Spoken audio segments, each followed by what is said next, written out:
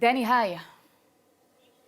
Hi, good morning. So, Danny, your story begins when you were forced to allow a customer drink alcohol from your body. Yes. What happened there? Well, in the beginning, I had come to the counter and asked the manager what he needed because he called me over. The next thing I know, I had thought he needed help with something it was around the time we cleaned the restaurant. And when I had come over, he said, come take a body shot. And I said, no, I don't do this. I don't drink. I don't like to do these kinds of things. And by the time I kept saying no, he had someone pick me up and lift me and then throw me onto the bar. And next thing I knew, like, this entire thing was orchestrated by a manager who had gotten too drunk. And it was very hard for me to be in that situation. After that, it all happened, I was crying. I was very upset. It was sexual assault. Right. Par excellence. What was your reaction? What did you tell to your supervisor? So my reaction was, I was really upset that night. I had cried. I had went home early, and when I came back the next day, they had wanted me to work, and I told my supervisor what had happened. And he looked at the video in the back of the restaurant, and he said to me, "Wow, it looks like you were having a good time." And he laughed in my face. He said, and I was, you can clearly see in the video that I'm crying at the end.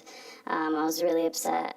They didn't take my plea seriously. They didn't really care, actually. So, it's a shame. Yeah. At the time, you were עולה חדשה, right, Danny? Yeah, yes, I was, it was my first month there. And I was quite young. It was about 4 years ago, yeah. Wow. So you think they took advantage of you because you were עולה חדשה? I think that they take advantage. I mean, they took advantage of me, but I think that it's just this bar that just doesn't really care about, the people that work for them, and I guess they think it's okay for these kinds of things to happen. I'm not sure if it was personally directed at me or if it's happened to other girls and they just, do this all the time, because they definitely didn't take the situation seriously when I brought it up to them. So I assumed that it could have happened to other girls and, I was the only one that wasn't silent about it. Yeah. So you left your job at the bar after that? Yeah, after that I left, yeah. For sure, I couldn't work there anymore. When did you decide to approach the court? Around the time so I had gone to the police at first.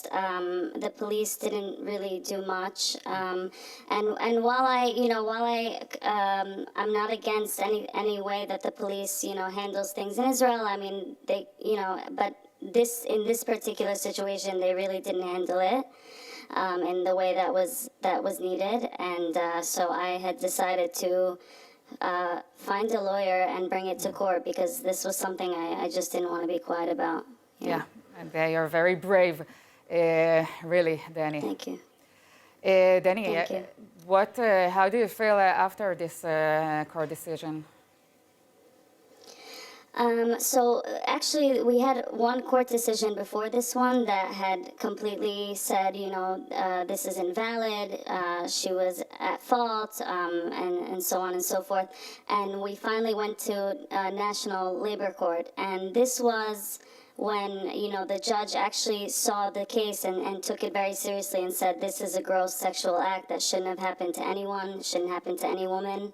And I was very relieved to know that someone took it seriously and understood where I was coming from. So Danny, do you feel that the money, financial compensation is enough in this case? I do. I wasn't really doing it for the money. I was doing it because I was really sick and tired of this happening to other women in the world, and God knows how many girls, stay silent about it. And I just wanted them to understand that it was wrong. I mean, a lot of the money anyway, I want to donate to harassment, organization for women that suffer with these things. This was never really about the money. Danny, very important message to the girls and to the world. Thank you very much, Danny. Thank you. Yes, of course. Thank you.